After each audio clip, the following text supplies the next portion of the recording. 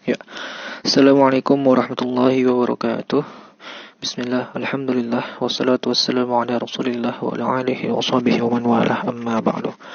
Perkenalkan, nama saya Adli Muzaki, NIM 18043069. Di sini saya ingin melengkapi tugas Management Information System mengenai Knowledge Management. Ya, langsung saja untuk pertanyaan pertama.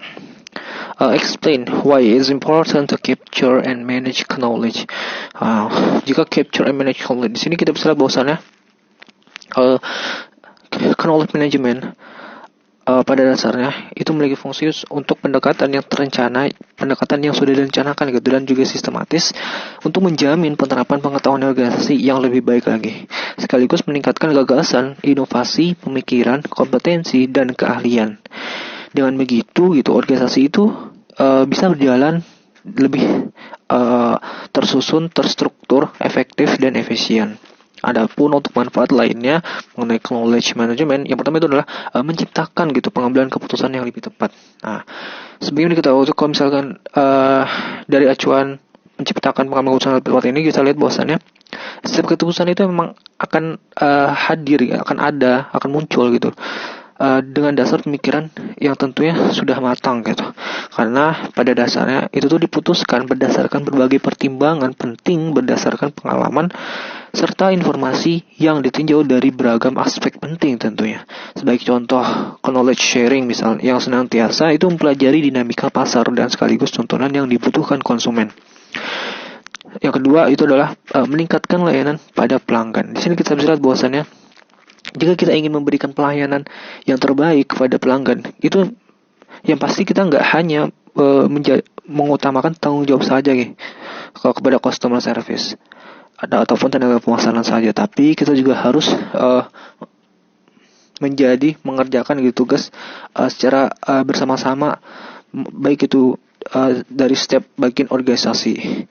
Nah, dengan demikian gitu, hal tersebut tentunya akan bisa terjalin, akan bisa berjalan seiring dengan adanya koordinasi dengan divisi-divisi yang sudah ditentukan gitu. Sehingga terciptalah tim kerja yang kuat yang tidak hanya memikirkan kepentingan sendiri saja, seperti itu.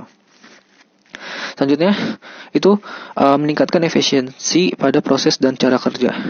Sebagian kita ketahui bahwasannya dengan menerapkan cara yang efisien dalam proses dan cara kerja, maka hal tersebut akan menciptakan hasil kerja yang lebih baik kalau seringkali mengadakan evaluasi pada kinerja organisasi, di mana setiap individu itu bisa bekerja lebih cerdas, terutama dengan memanfaatkan segala sumber daya yang telah tersedia dan hadir gitu dari masa-masa sebelumnya. Nah, yang selanjutnya itu poin selanjutnya itu bisa menambahkan jumlah jasa atau produk. Di sini kita bisa lihat bahwasannya selain bisa meningkatkan jumlah jasa atau produk, ini juga bisa meningkatkan segala kompetensi untuk melakukan inovasi gitu. Dengan begitu gitu segala produk atau jasa yang sesuai dengan harapan konsumen itu bisa tercipta dengan efektif dan cepat tentunya. Selanjutnya untuk terakhir adalah bisa menghemat kebutuhan biaya dan waktu. Nah, sebagaimana kita ketahui bahwasannya apabila telah tersedia gitu sumber-sumber pengetahuan yang memadai dan terstruktur serta telah ditinjau secara baik gitu, dengan demikian gitu organisasi itu akan lebih mudah dan dalam menerapkan pengetahuan itu gitu, baik itu dalam perbaikan maupun dalam koordinasi dari setiap divisinya gitu. Nah, dengan demikian gitu sebuah organisasi itu bisa mendapatkan penghematan atas biaya dan waktu yang dibutuhkan, seperti itu. Selanjutnya, compare and contrast tacit knowledge and explicit knowledge. Jika kita tanya dengan compare, baik itu tacit knowledge and explicit knowledge, sini kita bisa lihat bahwasannya untuk tacit knowledge ya. Tacit knowledge sendiri itu ialah segala sesuatu yang diketahui ataupun dialami namun sulit untuk diungkapkan gitu secara jelas dan lengkap. Di sisi lain, tacit knowledge juga itu bisa diartikan juga sebagai knowledge yang terletak di otak atau di mind kita, atau yang melekat dalam diri seorang yang diperoleh melalui pengalaman, gagasan, ide, persepsi, keahlian dalam pekerjaannya gitu. Sehingga pengetahuan tacit ini biasanya bersifat sangat personal dan sulit untuk diformulasikan gitu, menjadikan tentunya ini akan sulit pula dikomunikasikan dan disebarluaskan kepada orang lain gitu. Nah, di sisi lain teknik knowledge juga merupakan bentuk pengetahuan yang masih tersimpan dan dalam pikiran manusia gitu. Misalnya gagasan, persepsi, cara berpikir, wawasan, keahlian, dan sebagainya. Jika kita jauh sebaliknya dalam expected knowledge, di sini bisa maknai sebagai knowledge yang sudah direkam dan didokumentasikan sehingga itu lebih mudah untuk didistribusikan, untuk disebarluaskan dan dikelola tentunya. Nah, di selain knowledge explicit itu juga bisa diartikan sebagai pengetahuan dan pengalaman mengenai bagaimana untuk menguraikan suatu hal itu secara lugas dan sistematis gitu. Dan pengetahuan eksplisit juga bisa diungkapkan gitu dengan kata-kata dan angka serta disebarluaskan dan dalam bentuk data, rumus, spesifikasi, manual gitu, sehingga menjadikan itu bisa dikatakan bahwa explicit knowledge itu merupakan bentuk pengetahuan yang sudah terdokumentasi, terformulasi, mudah disimpan, diperbanyak, disebarluaskan, dan dipelajari gitu. Misalnya saja itu bisa berupa manual, buku, laporan dokumen, surat, file-file elektronik, dan lain-lain. Selanjutnya, explain how knowledge management infrastructure and knowledge management mechanism becoming fundamental requirements to make knowledge management system runs well. Di sini kita bicara bahwasannya pengembangan knowledge management gitu pada kondisi sekarang ini bisa kita lihat bahwasannya organisasi itu pada umumnya itu menerapkan gitu, merealisasikan gitu media-media itu sebagai sarana komunikasi antar sumber daya manusia yang ada, baik itu di organisasi ataupun di pihak-pihak yang berkepentingan. Biasanya itu dilakukan dengan rapat secara berkala, diskusi secara berkala, pertemuan bulanan, internet, surat edaran, ataupun surat keputusan di media massa ataupun di intranet. Di sisi lain gitu, untuk mendukung prosesnya aktivitas dan pengembangan sumber daya manusia di suatu organisasi yang merupakan perwujudan dari model socialization, externalization, combination, internalization atau disebut SECI. Di sisi lain gitu, sebagaimana menurut Nonaka Tekuchi itu mengemukakan bahwasannya gitu, pengalaman itu digunakan gitu dalam perangkat teknologi informasi yang ada di organisasi itu melalui 4 cara konversi, yaitu sosialisasi, eksternalisasi, internalisasi, dan kombinasi. Sedangkan menurut Setiarso mengemukakan bahwasannya untuk menggunakan knowledge ini itu dalam mendukung proses aktivitasnya dan pengembangan sumber daya manusianya itu diwujudkan gitu dalam sebuah perusahaan yang bermodel SECI yang sudah kita sebutkan di atas gitu, socialization, externalization, combination, internalization. Itu biasanya itu diterapkan juga gitu, baik itu dalam perangkat teknologi yang biasanya itu sudah tersedia di perusahaan-perusahaan seperti itu. Selanjutnya, dalam pengetahuan knowledge ini, manajemen pengetahuan gitu, terdapat 6 karakteristik perusahaan yang menjadi pengetahuan sebagai basis kompetensinya gitu. Yang pertama, itu ada kreativitas dan ide itu sebagai dasar di dalam berkreasi dan melakukan inovasi. Yang kedua itu para anggotanya itu berpengetahuan, terampil, dan kompeten dalam bidang pekerjaan masing-masing. Dan yang ketiga itu adanya hubungan dan rasa saling percaya dalam berbagi pengetahuan. Yang keempat itu data itu menjadi sangat esensial apabila dapat dijalankan sebagaimana tugas operasionalnya. Yang kelima itu adalah memberi perhatian kepada orang dan bagaimana itu mereka itu bisa bekerja sama untuk menciptakan kinerja perusahaan yang lebih baik. Selanjutnya yang terakhir adalah perusahaan itu bisa mengelola sendiri pengetahuannya. Ya. Selanjutnya jelaskan contoh perusahaan di Indonesia yang telah menerapkan knowledge management system tersebut. Paparkan perubahan yang terjadi sebelum dan pasca penerapan knowledge management system. Di sini kita bisa lihat bahwasannya untuk penerapannya saya ambil sini adalah PT Unilever Indonesia, atau kalau dalam sahamnya ya kita bisa dengar dalam PT UNVR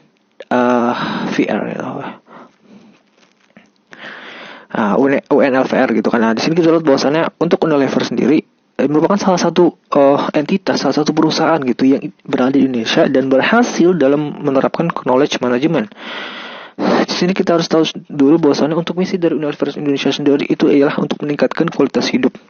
Hal ini dapat dilihat gitu dari produk-produk yang diciptakannya gitu. Ya, baik itu produk-produk yang inovatif, unggul maupun yang ekonomis gitu.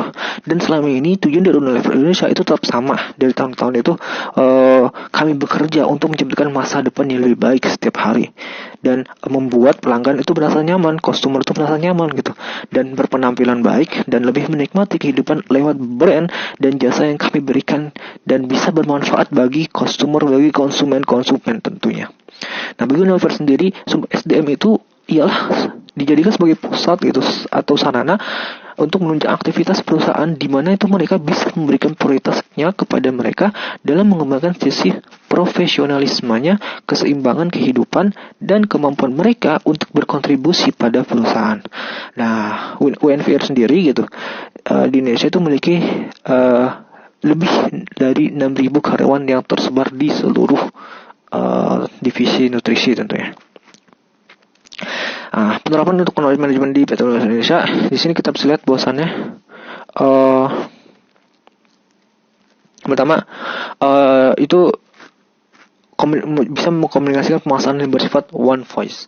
Sebagaimana yang kita ketahui, penjelasan one voice ini adalah bisa dijadikan sebagai sebuah sistem komunikasi yang diterapkan, yang digunakan oleh sebuah perusahaan, tapi biasa itu berbeda. Yang dimana perbedaannya itu bisa dilihat dari bagaimana koordinasi dan misi yang mereka ciptakan untuk membuat agar mereka tuh bisa mudah untuk bisa mudah menerapkan, untuk bisa mudah mengerjakannya gitu mereka. Di sisi lain, sistem komunikasi ini bukan hanya untuk meningkatkan pencitraan suatu produk, tapi juga harus bisa harus bisa menciptakan hasil penjualan yang baik dari produk yang telah dipasarkan sebelumnya, seperti itu. Sehingga untuk poin kedua adalah bisa dijadikan sebagai pengembangan SDM. Nah, untuk menerapkan knowledge ini, di sini kita bisa bahwasannya dalam bagian ini gitu, karyawan itu memang sebagai aset dari sebuah perusahaan, dari perusahaan Unilever Indonesia sendiri, karena UNFR ini itu biasanya itu dia akan membuat strategi dan sistem human capital yang bersifat komprehensif gitu, dan hal-hal yang menyangkut dari pengembangan tersebut itu biasanya dibuat sebagai performance develop program, dibuat dengan performance develop program atau disingkat dengan PDP, yaitu di mana karyawan itu melakukan pekerjaan itu sesuai dengan kemampuannya, dan setiap yang ada di PDP itu akan dimonitorisasi melalui CID atau yang kepanjangan itu Continuous Improvement Discussion. Di sini kita lihat bahwasannya dengan CID ini gitu diciptakan gitu agar bisa membahas hal-hal yang diperlukan untuk pengembangan sistem kerja dari karyawan itu sendiri, seperti itu. Selanjutnya itu adalah budaya coaching. Sebenarnya kita ketahui bahwasannya budaya coaching di sini dijelaskan bahwa seorang senior manager itu biasanya akan ditempatkan di suatu departemen untuk membantu dan memimpin karyawan-karyawan yang tergabung dalam departemennya. Namun sebelum menjadi coach tentunya itu akan diberikan pelatihan terlebih dahulu agar mengetahui gitu dasar-dasar tekniknya dan bagaimana sih budaya coaching ini diberi nama Building Leaders as Generation Coaching, seperti itu. Untuk poin selanjutnya adalah bisa menjadi sebagai budaya sharing knowledge. Sebagian kita ketahui bahwasannya Unilever Indonesia itu menunjuk gitu seorang senior manager untuk menjadi alumni champion dengan sukarela.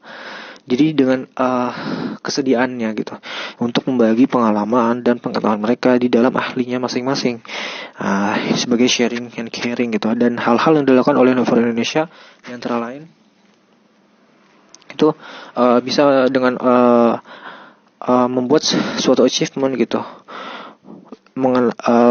baik itu manajemen dan karyawan dia berkontribusi dalam membagi pengetahuan dan pengalamannya gitu. Jadi akan diberikan sebagai suatu achievement gitu. Dan dan kedua itu adalah retrospect berupa program penulisan tesis yang diperoleh dari pengalamannya. Jadi ada tesis knowledge itu yang diperoleh dari pengalamannya dan dianggap baik terus yang dianggap baik itu akan dipublikasikan di dalam situs departemennya, itu situs Unilever Indonesia. Nah, yang selanjutnya adalah sebagai solar atau share of learning and discussion, di mana pemimpin perusahaan Unilever itu khususnya yang dari luar itu akan datang sebagai narasumber untuk membagikan pengetahuan dan pengalaman. Nah, biasanya ini disebut dengan solar atau share of learning and discussion. Nah, yang terakhir adalah good idea.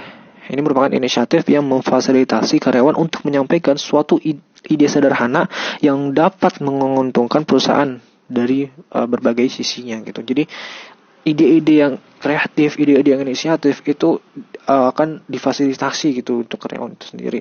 Misalkan itu emang bisa tepat, ya pasti akan dijadikan sebagai fasilitas dari karyawan itu sendiri, seperti itu.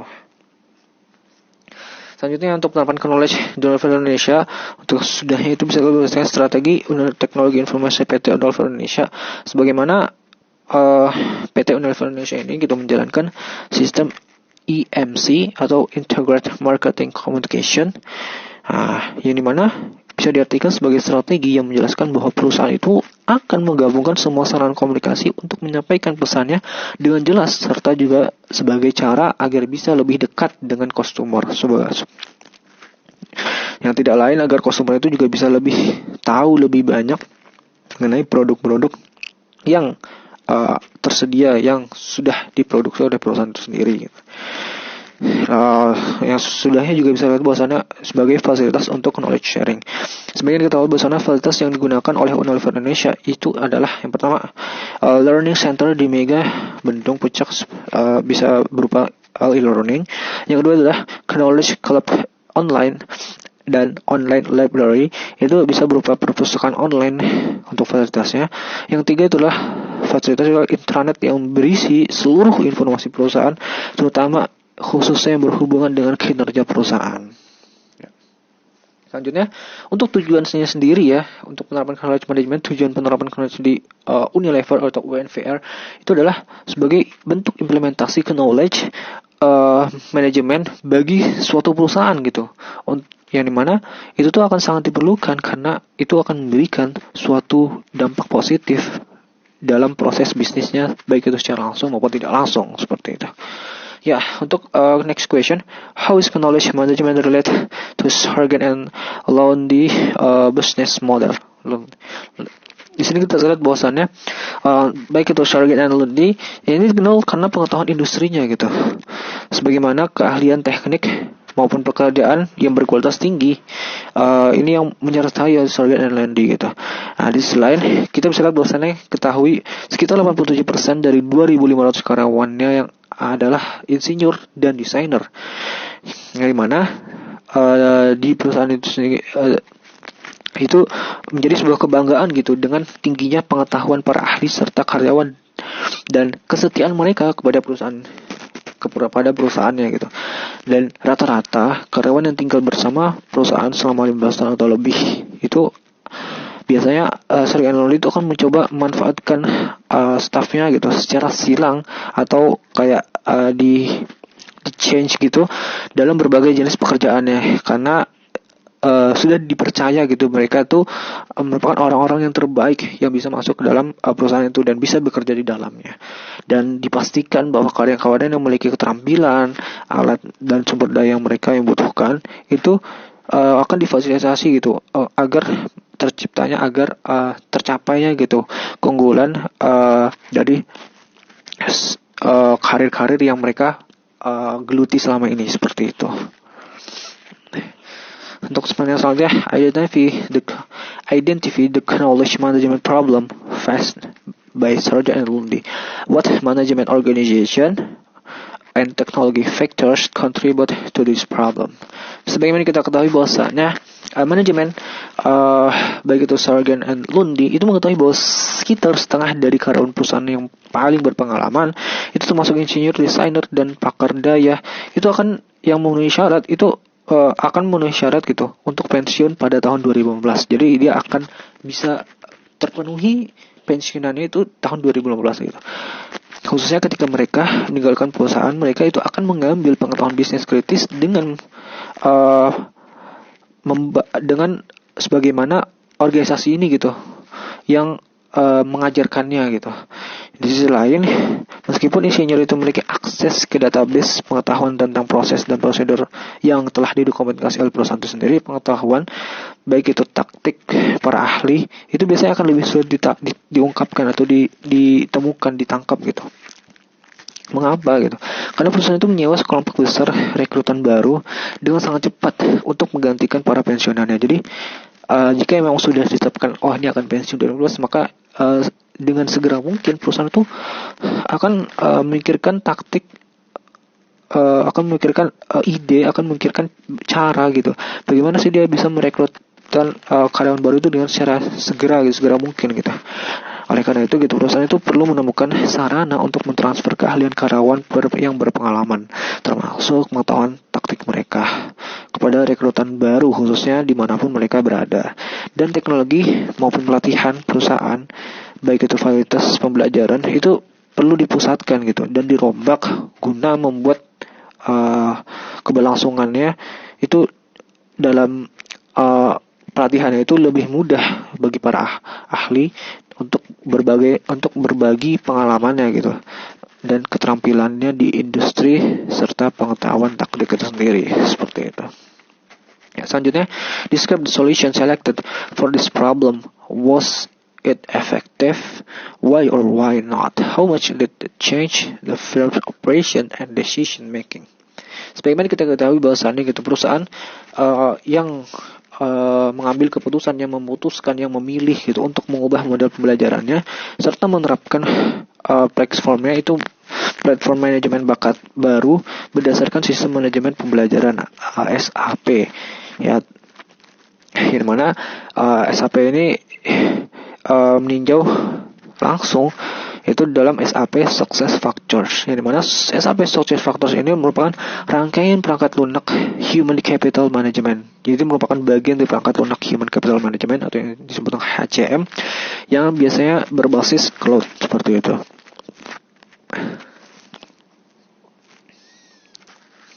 Selanjutnya, what management organization and technology issues had to be addressed and selected and implementing the solution? Jika kita jauh dari sebelumnya akan kita jelaskan gitu. Nah, untuk pertanyaan selanjutnya adalah apa sih manajemen organization dan teknologi issues gitu. Hasil kita bisa lihat bahwasannya untuk sebagaimana pada bulan Desember 2010, manajemen Sargent and Lundy itu mengetahui bahwa sekitar setengah dari karyawan itu ternyata diketahui punya banyak pengalaman gitu, termasuk insinyur, desainer, dan ahli daya, yang dimana itu akan memenuhi syarat untuk tahun 2015 gitu. Ketika mereka meninggalkan perusahaan, mereka itu akan mengambil pengetahuan bisnis yang kritis dari mereka gitu. Walaupun insinyur itu memiliki akses ke basis data pengetahuan proses dan prosedur perusahaan yang didokumentasi, pengetahuan taktik itu lebih sulit ditangkap ternyata. Dan biasanya itu perusahaan itu akan sekali lagi menyewa sekelompok besar rekrutan baru, tentunya dengan cepat untuk menggantikan pensiunannya. Namun dengan rencana ekspansi, itu perusahaan itu perlu menemukan cara yang lebih baik lagi itu untuk transfer keahliannya karyawan, termasuk knowledge test kepada rekrutan baru yang mereka datangkan dari berbagai lokasi tentunya. Selanjutnya, mungkin sekian dari saya, kurang lebihnya mohon maaf.